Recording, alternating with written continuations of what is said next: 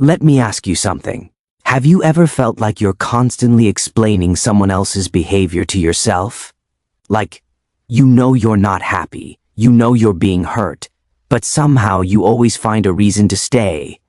You tell yourself, they didn't mean it. They've been through so much. They're trying. Maybe I'm just overreacting. But deep down, you feel confused, drained, and stuck. Here's the truth. Most people never talk about. It's not always the relationship that traps you. Sometimes it's the way you've been trained to think about the relationship. And today, I am going to expose two silent thinking patterns that don't look dangerous at first. But they quietly keep people stuck in relationships that are damaging their mental health, their confidence, and their future. If you've ever questioned your reality, minimized your pain, or stayed longer than you should have, this video is for you. Before we dive in, if you care about your emotional health, your healing, and your growth, make sure you subscribe to this channel and turn on notifications. Every week we talk about relationships, trauma, boundaries, and how to protect your peace in a world that constantly pressures you to tolerate disrespect. You deserve clarity, not confusion, and this channel is here to support that journey. Now let's get into it. One of the biggest myths about toxic relationships is that only weak or unaware people get stuck in them. That is not true. In reality, some of the kindest, most empathetic, and emotionally intelligent people are the ones who stay the longest. Why?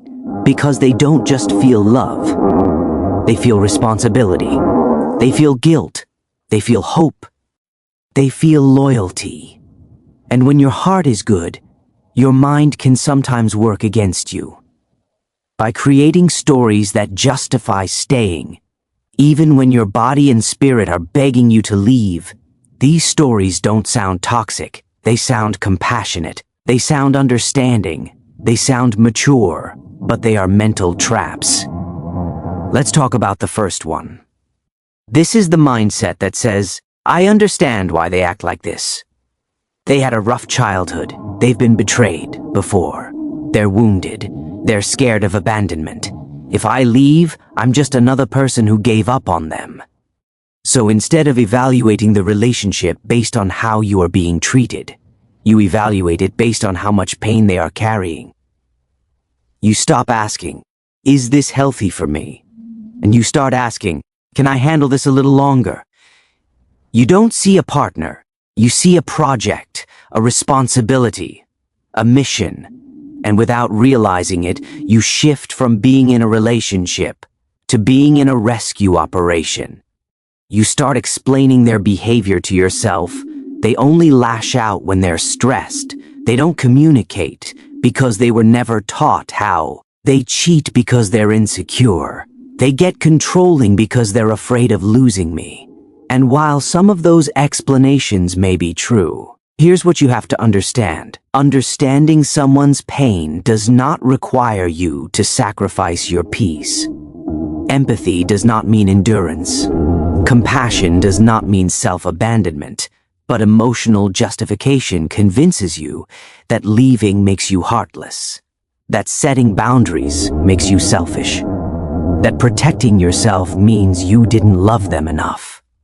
So you stay, and you slowly start shrinking. When this mindset takes over, something very important happens. You stop prioritizing your own emotional needs. You stop expressing your hurt. You stop expecting effort. You tell yourself, at least they didn't hit me. At least they came back. At least they apologized. At least they didn't mean it. And the bar gets lower and lower and lower. You begin accepting crumbs and calling it a meal. You become focused on what I call the 3 Ps. Pleasing, trying not to upset them. Proving, trying to show you're worth changing for. Performing, trying to be perfect so they won't leave. Meanwhile, your own needs are sitting in the corner, completely ignored. And the saddest part, you may not even realize how unhappy you've become because you're so focused on keeping the relationship alive This pattern is powerful because it makes you feel noble, you feel loyal, you feel strong, you feel patient, you feel like the one who understands them when no one else does, and that can feel meaningful. But here is the truth that changes everything. You are not responsible for healing someone who refuses to heal themselves. You cannot love someone into emotional maturity. You cannot support someone into accountability. You cannot sacrifice yourself into a healthy relationship. Love does not require suffering, connection does not require self-betrayal, and no matter how painful their past was, it does not give them permission to damage your present. Yes, trauma can explain behavior, but does not excuse repeated harm. Yes, people can be wounded, but wounded people still make choices, and you are allowed to say, I understand why you are this way, and I still cannot stay. That does not make you cruel. That makes you self-respecting. Now let's talk about the second trap, and this one keeps millions of people stuck. This is the mindset that says, they didn't mean to hurt me. They have good intentions. They're trying their best. Their heart is in the right place. So instead of judging the relationship by how you actually feel, you judge it by what you believe their intentions are. And that's dangerous, because intentions do not erase impact. You get hurt, you express it, and instead of real accountability, you get, that's not what I meant. You're too sensitive. I didn't think you'd take it that way. You know I love you, so now, instead of them reflecting on their behavior, you start questioning your reaction. You start thinking, maybe I misunderstood. Maybe I expect too much. Maybe I should just let it go. And slowly your emotional boundaries disappear. Let's be clear about something important. When someone truly cares about you, and they hurt you even unintentionally, their response is not defensiveness. Their response is, I'm sorry. I understand why that hurt you. I will work on not doing that again. Accountability includes acknowledging your feelings, taking responsibility, making real behavioral changes, not just promises, not just apologies, not just tears. Change. Without change, intentions are just words. We cling to intentions because they give us hope. Hope that things will improve. Hope that this isn't who they really are. Hope that the good moments mean more than the painful ones. But healing requires facing reality, not fantasy, and reality is revealed by turns, not promises. If someone repeatedly hurts you, disrespects you, lies to you, manipulates you, or ignores your needs, it does not matter what they say they feel. It matters what they consistently do. At some point, staying becomes more harmful than leaving. When you keep believing in potential instead of behavior, you end up loving a future that never arrives. And while you're waiting for them to change, your life is passing by. Your confidence is fading. Your energy is drained. Your standards are lowering. And the longer you stay, the harder it becomes to leave. Not because the relationship is good, but because your sense of self has been weakened. This may be one of the hardest truths to accept, but it will set you free. You cannot change another person. You cannot love them into honesty. You cannot support them into loyalty. You cannot understand them into respect. People change when they decide to change, not when someone suffers enough for them, and you are not responsible for someone else's choices, reactions, or emotional regulation. Yes, people can trigger each other, but no one forces someone to lie, cheat, manipulate, or abuse. Those are choices. Here's what makes this especially dangerous. These two thinking patterns often work together. You say, they're traumatized, so I understand, and they don't mean to hurt me, so I should be patient. So now you're trapped between compassion and hope, and both are being used against your well-being. You keep waiting. You keep forgiving. You keep giving chances, and each time, a little more of you disappears. Here is the turning point for many people. It's when you stop asking, why are they like this? And start asking, why am I accepting this? Not with judgment, not with shame, but with honesty.